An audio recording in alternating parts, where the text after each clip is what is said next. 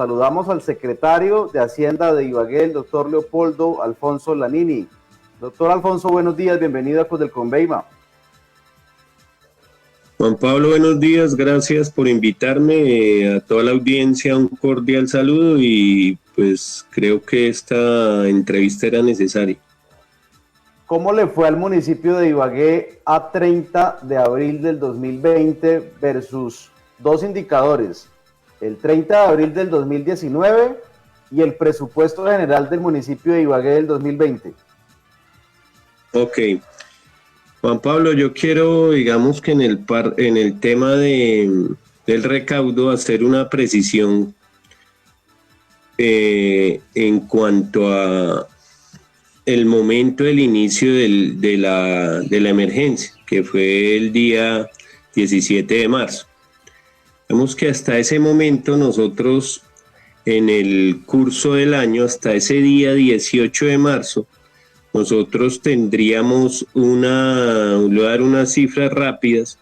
En el mes de enero llevamos 1.183 millones versus 2.560 del 2019 para enero. Del 2020, en febrero tendríamos 16.721 versus 10.710, y en el marzo hasta ese día, comparado exactamente el mismo día, tendríamos 12.689 en el 2019 y 16.385 en 2020. ¿Qué quiere decir eso, Juan Pablo? Que la expectativa que generó el aplazamiento de los plazos hizo que los contribuyentes esperaran hasta último momento. Y obviamente nosotros en el gobierno reconocemos la afectación de la emergencia, pero es bueno descatar acá que la cultura de pago de los ibaguereños es muy importante, es algo que ha permitido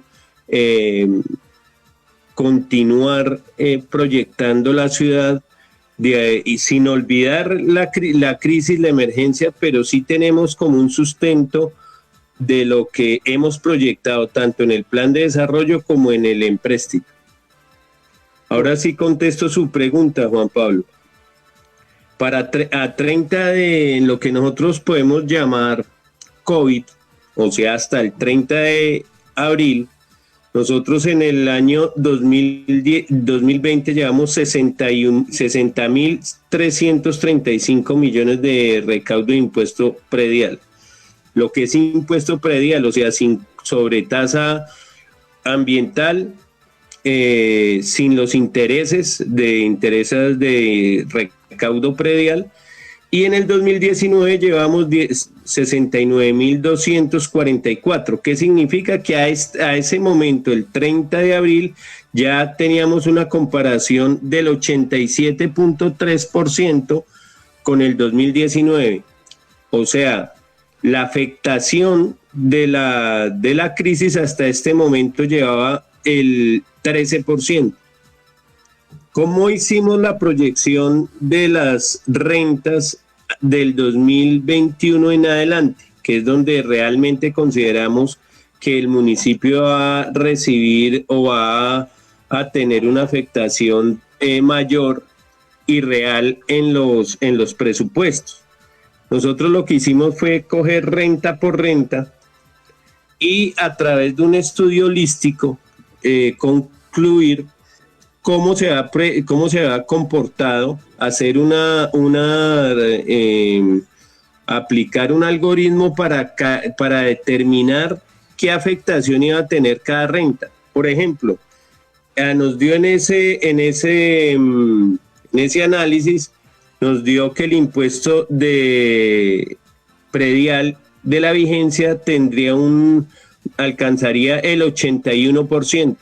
Como lo vimos hace un momento, ya vamos en el 87%, o sea, un valor proyectado mucho menor al que realmente se está alcanzando en el 2020. El rodamiento de la vigencia, 67%.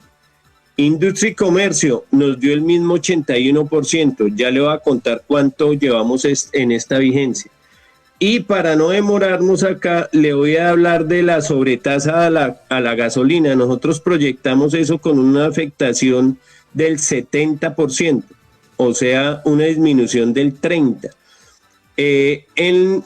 Para esos dos impuestos, entonces, al finalizar este análisis, la proyección al 2021 nos da 18,7%.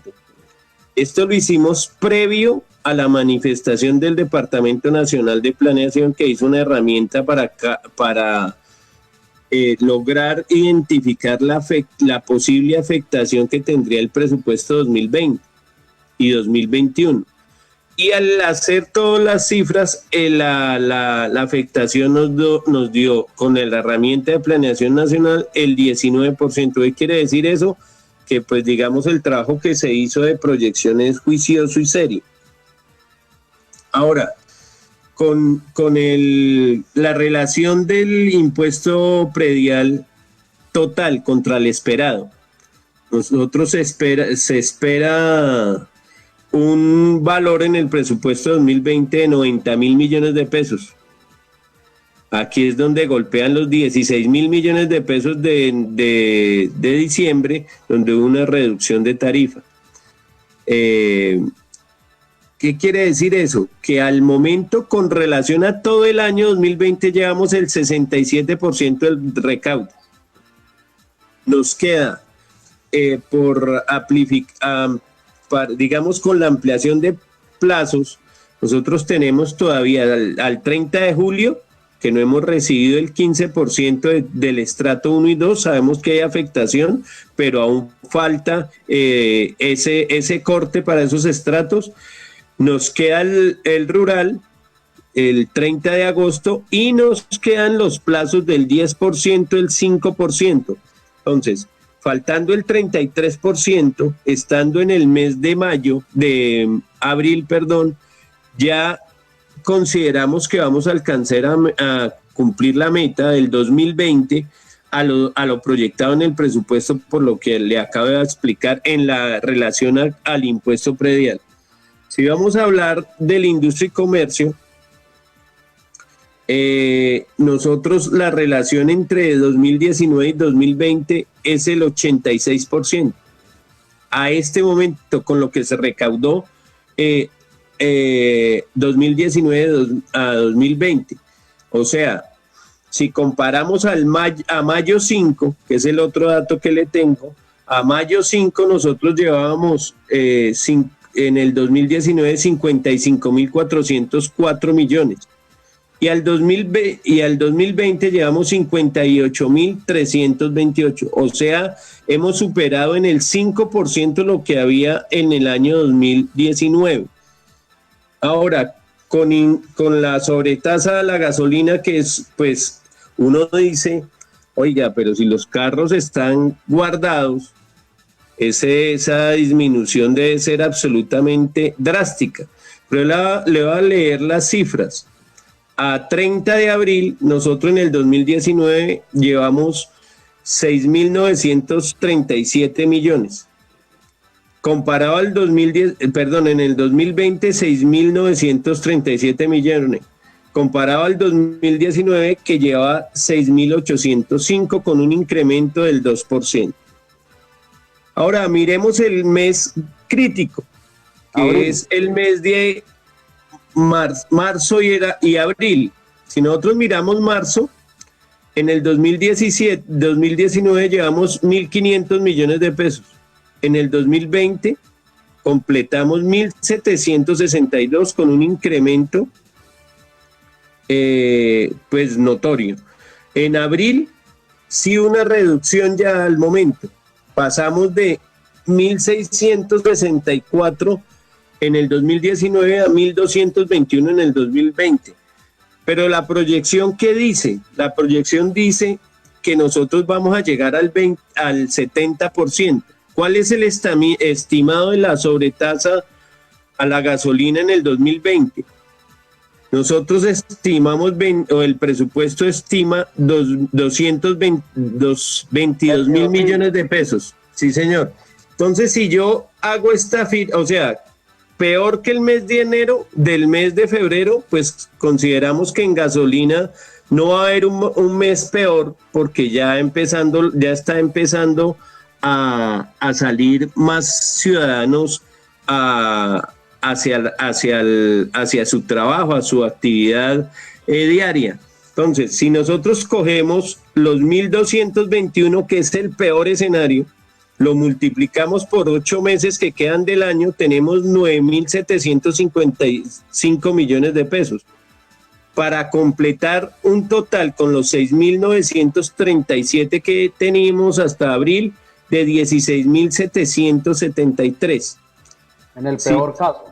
En el peor de los casos. Si yo divido eso, yo lo voy a hacer acá, Juan Pablo, divido eso entre 22 mil millones de pesos, me dice que ya llevamos el 76%, y la afectación del presupuesto 2021 es 70%. Entonces, digamos que yo ahí, ¿qué quiero hacer? Decirle a la ciudadanía que este fue un estudio juicioso, que miramos factura por factura. Yo le puedo decir a usted, déjeme un momento, ubico aquí el archivo. Yo le puedo decir a usted cuántas facturas miramos por cada predio, por el estrato del predio. O sea, esto no fue una cosa sacada debajo de la manga, y ni para decir mentiras y proyectar mentiras. Lo que nosotros estamos haciendo es, a partir de un estudio técnico juicioso, llegar a concluir qué va a pasar y qué está pasando con la ciudad. Y la herramienta de planeación nacional nos confirma que lo que hicimos la diferencia fueron 0,03%. Doctor Leopoldo, primera conclusión periodística, Camilo Patiño, nuestro redactor. Los ingresos de predial del municipio con corte abril 30 y incluyendo la crisis del COVID bajaron en casi 9 mil millones de pesos, mientras los de industria y comercio subieron casi 3 mil millones, ¿correcto? Correcto, sí, señoras. Esa es una conclusión. Sí, esa es una conclusión. Se afectó el predial. Pero hay que decir, hay que hacer una precisión en esa conclusión. Nos falta el corte de estrato 1 y 2 al 15% y rurales al 15%. Nos falta el corte del 10% y el corte del 5%. Entonces, pues digamos que sí es en millones de pesos, es una conclusión exacta. Pero si vemos... La alcaldía venía recaudando más predial que hace un año en la administración anterior, pero la crisis del COVID hizo que a la postre se bajaran casi 9 mil millones los ingresos de solo predial, mientras que la industria y comercio no se afectó. Correcto. Haciendo la previsión de la ampliación del plazo. Cambiemos de tema y hablemos del empréstito, porque usted me habla de que tiene un presupuesto juicioso que ha hecho el municipio de Ibagué del 2020 con una proyección que veo acá hasta el 2023. Pero usted, doctor Leopoldo, me habla en la pasada exposición de 90 mil millones de ingreso de predial, y aquí veo 99 mil en el presupuesto que usted está ejecutando de predial unificado 2020. Impuestos esos 99 mil incluyen los intereses de vigencias anteriores. Perfecto, entonces, ¿cuántos son los ingresos de libre destinación del 2020? ¿Y cómo proyectaron el empréstito? A ver, dígame, me gustaría hacer, antes de dar esas cifras, me gustaría hacer una antesala a esto que les voy a contar. Digamos que a partir de lo que ya hablamos, de esa proyección y esa reducción esperada para el 2021 de los ingresos, nosotros... nuestra legislación plantea una serie de normas, leyes en su mayoría y decretos de cómo se maneja el endeudamiento de las entidades públicas descentralizadas, como es el caso del municipio de Ibagué. Entonces, digamos que esto arranca desde la crisis del UPAC. Si usted recuerda, en los años 90, en ese momento no había ningún tipo de restricción en cuanto al endeudamiento. La única restricción que había era la aprobación del banco. Ahora, desde ese momento y debido a esa crisis donde los municipios, como en el caso de Ibagué, que llegó a tener un 140% de sus gastos de funcionamiento sobre los ingresos, usted recuerda esa época, digamos que hubo con la ley 358 una serie de restricciones. Esas restricciones hablan de unos indicadores. Entonces, para empezar ahí, Juan Pablo, no sé si el tiempo nos da, pero sí le puedo, si de manera como conclusión, le puedo decir que tanto lo de la ley 358 nos genera unos semáforos verdes, esto dice la ley de semáforos, nos genera unos semáforos verdes. Le voy a decir por qué. En el 2020 el máximo permitido es el 40% de ese indicador según esa ley, que es el interés, el indicador de intereses sobre el ahorro operacional, que no es otra cosa más que coger los ingresos corrientes y restar los gastos de funcionamiento. Nosotros tenemos el límite del 40%, en el 2020 vamos a llegar al 4.35%, con digamos que un espacio grandísimo entre el indicador que obtuvimos y el que plantea la ley. En el 2021 seguimos muy lejos con el 14,7%, en el 2022 bajamos al 11,22%, en el 2023 al 10,24%. Y el más cercano, digamos que es el que dice, cuando uno dice, no, es que estamos poniendo en riesgo las finanzas del municipio. Este indicador que les voy a leer a continuación realmente es el que mide la capacidad de endeudamiento sumado al que ya les dije. Y la ley permite para nosotros llegar hasta el 80%. ¿Qué significa el 80%? Que hasta el 80% tenemos unas finanzas sanas, que podemos cumplir con ese margen el endeudamiento que el ente territorial está intentando aprobar en el consejo en este caso. Y le voy a contar rápidamente eso. En el 2021 quedamos con el 61,51% de 80. En el 2021 nos acercamos al límite 79,36 sobre el 80%, muy cercano al límite, sí. Pero Juan Pablo, yo le hago una pregunta.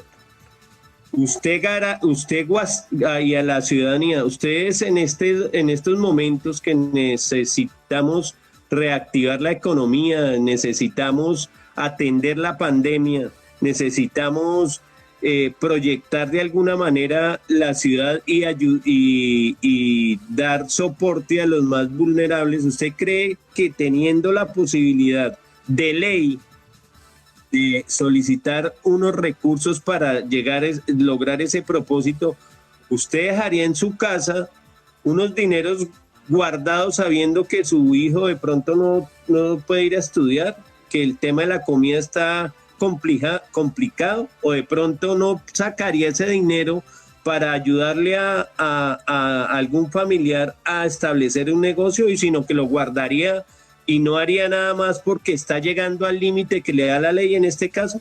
Entonces, nosotros, ¿por qué hacemos esto? Primero, porque es una manera, no vamos a solucionar la economía ni la emergencia, no lo ha podido hacer los países del tercer mundo, pero sí vamos a del primer mundo, pero sí vamos a inyectar 105.000 millones y el resto del presupuesto para que eso se vuelva un agente de circulante, todas esas obras que pensamos proyectar aquí en salud, en infraestructura, en los escenarios deportivos, eso va a traer empleo, eso va a traer la señora que va a la obra y lleva sus productos. Entonces, por eso, aunque estamos en el límite, sí estamos en el límite porque la ley lo permite, consideramos que es lo que debemos hacer, porque en primer lugar no vamos a poner en riesgo las finanzas del municipio y segundo, vamos a ayudar a dinamizar la economía. Eso en cuanto a los indicadores. Hablemos un poco de la pignoración de las rentas del municipio según una proyección que ustedes hacen a 2030. ¿Cómo se comportaría la deuda del municipio con este 80%? Y cómo explicarle de una manera pedagógica a los seguidores de Ecos del Conveima que ese límite al 80 anualmente se va a cumplir a cabalidad porque la pignoración y la proyección financiera les permite hacerlo. A ver, sí, gracias por esa pregunta, Juan Pablo, y voy a tratar de sacar lo más pedagógico que haya en mí para explicar esto. La casta pedagógica. Voy a tratar. Nosotros voy a poner como ejemplo el 2020. Nosotros para el 2020 tenemos un servicio de la deuda de 24.437. ¿Qué nos pide la norma con la pignoración de las rentas? Tengo que garantizar el 130% del compromiso de la renta. Aquí, ¿qué rentas tenemos? Solo industria y comercio. Ojo, solo industria y comercio y sobretasa la gasolina. O sea, el impuesto predial no lo estoy tocando para nada acá. Dice, industria y comercio, tenemos que pignorar 21.282 millones. O sea, tendríamos una pignoración de la renta del 32,7%, lo que me requiere el empréstito. ¿En cuánto vamos hoy? Hoy, como usted lo vio, ya vamos en el 86%. O sea que por el 2021, donde la afectación para nosotros es importante, pero está soportada en lo que le he explicado durante toda la entrevista, pues es una cosa que tenemos una libertad de la renta del 67,35%, o sea, solo vamos a tocar el 32,7%. En una casa es como que usted se gane 1 millón de pesos y la cuota de su apartamento son 320.000 pesos. Sí es un esfuerzo, obviamente, pero es un esfuerzo que se puede cumplir y está en todos los parámetros financieros, no solo públicos, sino privados. Y en la sobretasa de la gasolina, nosotros llegamos al 45%. Hicimos el escenario más ácido con la sobretasa de la gasolina en la cuenta aquí en esta entrevista, que es ir con lo que pasó en el mes de abril, que hemos tenido los carros guardados y el servicio público guardado. Entonces, digamos que con lo que llevamos a hoy y con ese escenario ácido, tanto para la industria y comercio como la sobretasa de la gasolina, pues vamos a poder cumplir el 130% que nos exige la ley. Entonces, tendríamos que llegar a 31.768 como garantía, pero los reales valores es que tendríamos que tener solo el 47% de la sobretasa a la gasolina y el 32,7% del industria y comercio, sin tocar el predial. Entonces, por eso nosotros decimos, bueno, o sea, en los indicadores anteriores estamos en el límite. O sea, ignoran el 60 y el 60. No. Ignoramos el 32. El 32,7 de industria y comercio corresponde a 21.284 millones en el 2020 y ignoran el 47% de la sobretasa a la gasolina en 2020 que corresponde a 10.483 para poder cubrir el 130% de la deuda del 2020, deuda que es de 24.000 para el 2020, pero hay que cubrir el 130 como dice la ley, ¿correcto? Oiga, Juan Pablo, le cuento que voy contento porque no he olvidado mis dotes de profesor. Usted sacó 100, sacó 10, hermano. No esté tan contento porque lo importante no es que yo entienda, sino que nos entiendan nuestros seguidores. Pero hablemosle más. Estoy seguro que ellos van a entender. Hablemosle más y más claro a la gente. ¿En cuánto queda la deuda del municipio de Ibagué con el nuevo empréstito? La deuda del municipio de Ibagué queda en 180 y... Venga, déjeme mirar porque no me estamos aquí. Eso, mientras usted hace las cuentas, ¿en cuánto estamos, don Julio Montiel? ¿En cuánto vamos a quedar? Y vamos a hablar ya de los ítems del empréstito. A ver, sí. Yo le miro. Juan Pablo, la deuda entiendo que está en 132.500 millones de pesos. No, está a corte actual está en 115.000. ¿Será que Julio está sumando deuda que no se ha usado? No, lo que pasa es que hay una amortización de la deuda que se ha llevado a cabo de enero 1 a abril 30 y adicionalmente ahí le cuento otra cosa. Nosotros obtuvimos con la banca una prórroga de 120 días, lo que nos libera unos recursos durante el año y nosotros llegaríamos, espéreme, miro el valor exacto. Hombre, pero ¿cómo así que lo cogí fuera de base al secretario de Hacienda con la deuda proyectada? Sí, hay que... No, en base, fuera de base no, pero pues la cifra exacta sí es bueno darla. Es que es bueno informar a los oyentes en la noticia que vamos a dar en las redes, en la web, Julio. Deuda exacta. Lo que pasa es que el municipio, como lo dice el secretario de Hacienda, como muchos ciudadanos se acogieron a lo que está ofreciendo la banca, y es que durante unos meses no pagarán al servicio de la deuda. Es lo que ha asumido la administración municipal y los beneficios que está entregando el sector financiero en medio de la emergencia del COVID-19. Sí, mire, Juan Pablo, gracias por la espera. Y digamos que hay que relacionar a una cosa más. Nosotros el empréstito no lo vamos a solicitar todos los recursos en un solo desembolso. No, esto está planteado.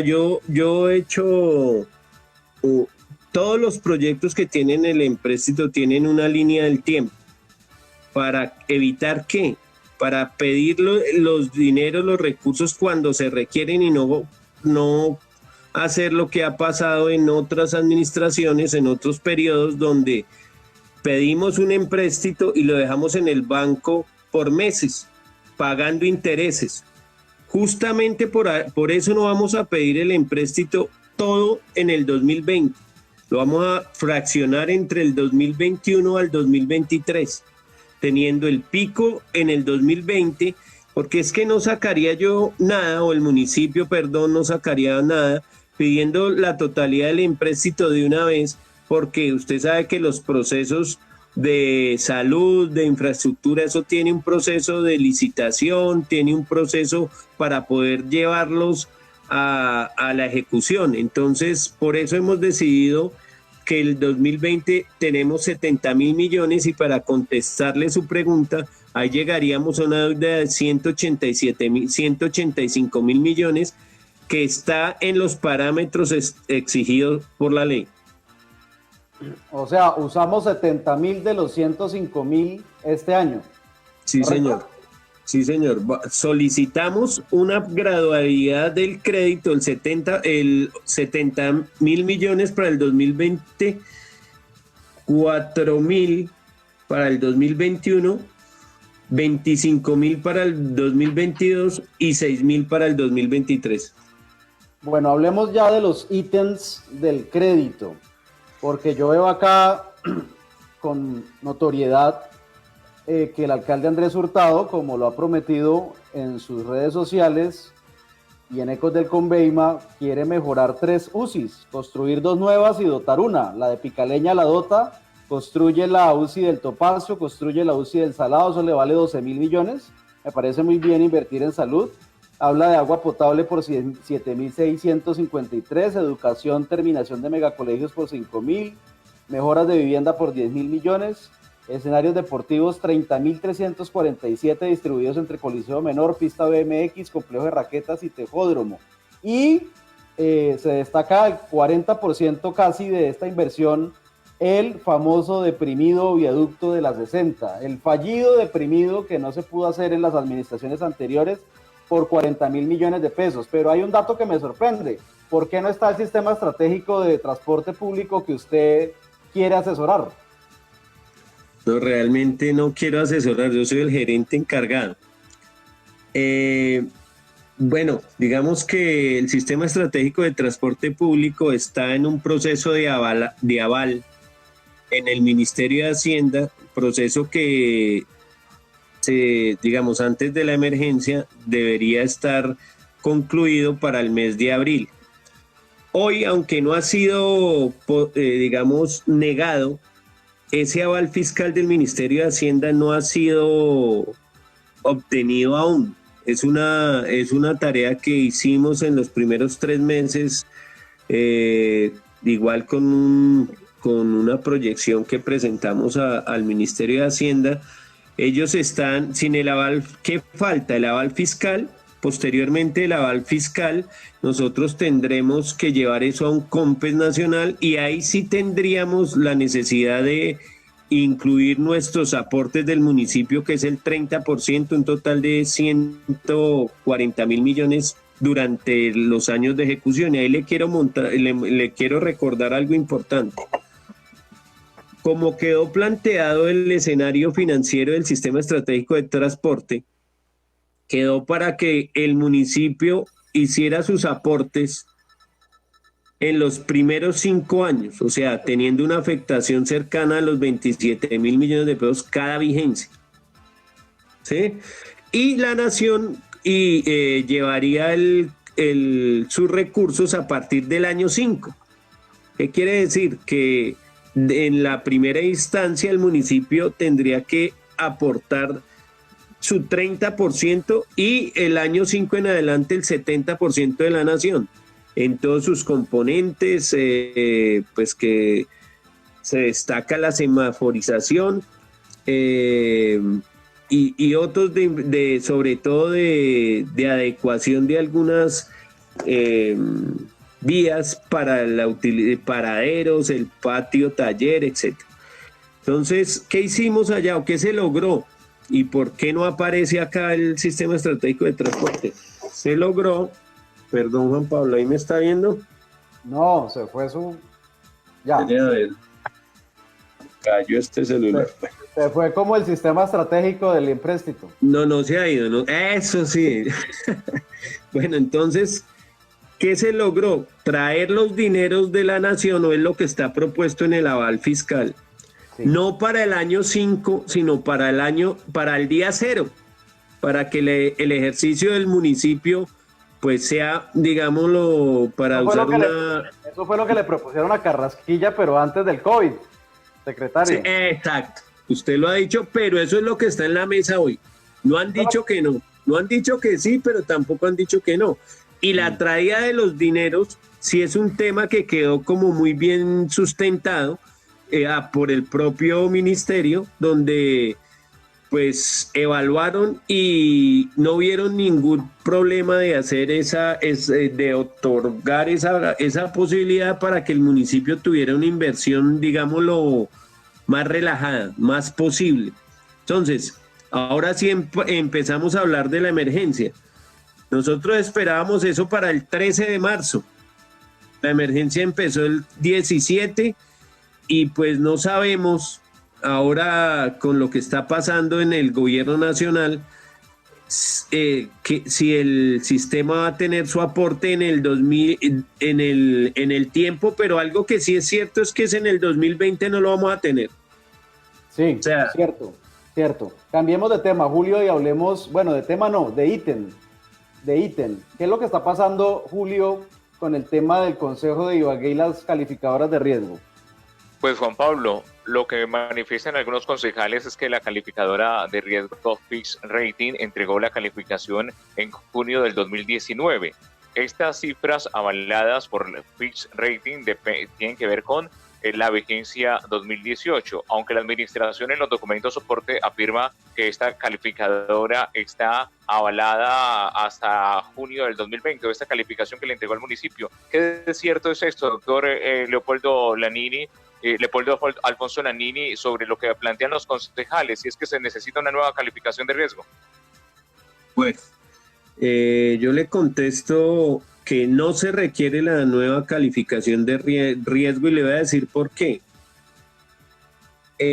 La ley 819 de julio 9 del 2003, en su artículo 16, determina algunas, digamos, condiciones para los empréstitos, entre esos la calificadora de riesgo. Hemos hablado inclusive con ellos en estos días, pues atendiendo las solicitudes del Honorable Consejo de la Ciudad. Y digamos que en resumen, ese artículo 16 del orden nacional, que es una ley y que prima sobre los acuerdos municipales, establece que la vigencia de esas calificadoras son las que están expedidas por el calificador, valga la redundancia. En este caso, la certificación está vigente hasta el día 18 de junio y yo no puedo ir a establecer un proceso contractual teniendo una calificación vigente. Sin embargo, me parece muy importante disipar todas esas dudas y sin duda para la siguiente sesión en el Consejo, pues nosotros tendremos que llevar con un documento que ratifique con fecha actual que por parte de la calificadora, que esa calificación otorgada en el 2019 es completamente válida y vigente y que su calificación no ha cambiado. Entonces, por legislación, tiene la vigencia que tiene la presentada, cumple con todos los requisitos. La ley 819 está por encima del acuerdo 017, aunque el acuerdo tampoco dice nada diferente. Si usted lee el artículo 4, no dice nada diferente en los requisitos. Él plantea 5 requisitos y en la calificadora de riesgos pues no simplemente establece que esté vigente. La preocupación del Consejo, yo considero que, y por eso le agradezco mucho esta invitación, que con lo que hemos hablado de el recaudo, las proyecciones, las pignoraciones, digamos que esa sería una real preocupación. Esta calificadora, digamos que por lo menos hasta el momento verbalmente nos ha manifestado que no hay ningún problema con utilizar la que presentamos, y antes de presentarla hicimos la consulta de manera pues a la norma y verbalmente a la calificadora. Ahora necesitamos un soporte escrito que estamos acopiando para presentárselo al Consejo de la Ciudad y disipar estas dudas. Sí, secretario de Hacienda, en los documentos que son en total 143 páginas del proyecto de acuerdo por el cual se busca la aprobación del nuevo cupo de endeudamiento, como usted ya nos lo ha explicado, cupo de endeudamiento que va a ser utilizado gradualmente durante los próximos años. Ustedes plantean unos ítems, hay una tabla en la página 139, que allí ustedes hablan de unos recursos, hablan de los 105 mil millones del empréstito, hablan de un financiamiento de 25 mil millones, un perfilamiento de 20 mil millones, pero hablan de una plusvalía, de unos recursos del gobierno departamental de 80 mil millones, del gobierno nacional de 43 mil millones, de la cooperación internacional de 10 mil millones. ¿Estos recursos para qué son? Que en total son 393, y hay un ítem del cual ustedes tienen ahí en cuenta en esa tabla, se llama venta de activos, hablan de 70 mil millones de venta de activos. ¿Qué activos va a vender la administración municipal? Julio, digamos que yo le puedo decir que esos recursos hacen parte de la gestión que se adelanta como parte de apalancamiento del plan de desarrollo. O sea, son unos recursos que se incluyen acá para adelantar las gestiones y tratar en el cuatrenio de concretarlos. De la plusvalía le quiero poner un ejemplo. El municipio de Sopó, Cundinamarca, con 30.000 habitantes en el año 2019, tuvo una plusvalía de 29.000 millones de pesos. Pamplona tuvo 140.000 millones de pesos.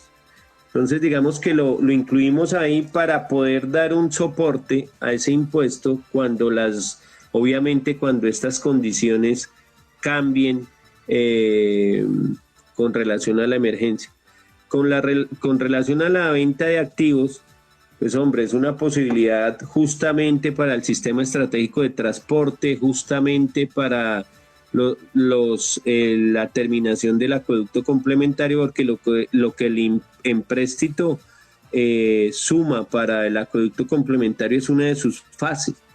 Digamos que hablar un poco de la 103, de los proyectos megaproyectos que ha planteado la administración durante su plan de desarrollo y pues que tienen relación con el programa de gobierno de nuestro señor alcalde Andrés Hurtado. Entonces, decirle qué bienes, pues hombre, no le puedo precisar eso porque es algo que tiene que evaluarse, tiene que justificar con la lonja, etcétera, para poder determinar ese valor, pero sí le puedo decir que hay muchos activos de los cuales también muchos son improductivos. Entonces, en esta crisis es un instrumento que queremos, digamos, evaluar y es una opción, gracias Juan Pablo, que sin duda ayudaría a la ciudad a sopesar la crisis y apalancar nuestro plan de desarrollo. Sí, porque el municipio tiene terrenos o predios o bienes, mejor, evaluados en cerca de 287.000 millones, de los cuales 170.000 millones corresponden a terrenos en su mayoría urbanos y 101.427 millones a edificaciones. De ahí se sacarían esos 70.000 millones. Esto lo pregunto porque está plasmado en el proyecto de acuerdo por el cual se soporta el endeudamiento de 105.000 millones de pesos. Está en la página 138 de las 143 que hemos correspondido leer para esta entrevista y desde luego para ilustrar a nuestros oyentes y seguidores. Sí, señor, usted lo ha dicho muy bien, Julio, y pues ese juicio... Ojalá los concejales estudien como nosotros los proyectos, para que hagan debates de altura con usted, ¿no? Y no se presenten esas diferencias sin estudiar minuciosamente los proyectos. Sí, Juan Pablo, o sea, yo digamos que defiendo el trabajo que hizo la Secretaría de Hacienda y la Administración porque lo hicimos con juicio. Y pues cuando en un recinto se habla de ilegalidad, pues ahí sí voy a ser tajante 1 y 2 veces y 1000 veces si es necesario, porque nosotros ilegales nada. Y pues hemos demostrado con las cifras, con los estudios, están abiertos para presentar a quien los desee ver. Y sí le puedo decir que de ilegal no tenemos nada y que la administración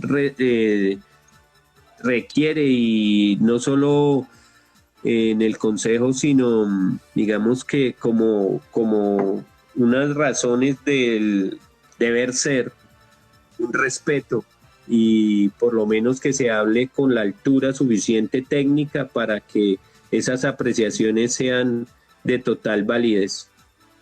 Secretario de Hacienda de Ibagué, doctor Leopoldo Alfonso Lanini, gracias por estar hoy en el ping-pong político de Econoticias de Ecos del Conveima. Usted es muy amable.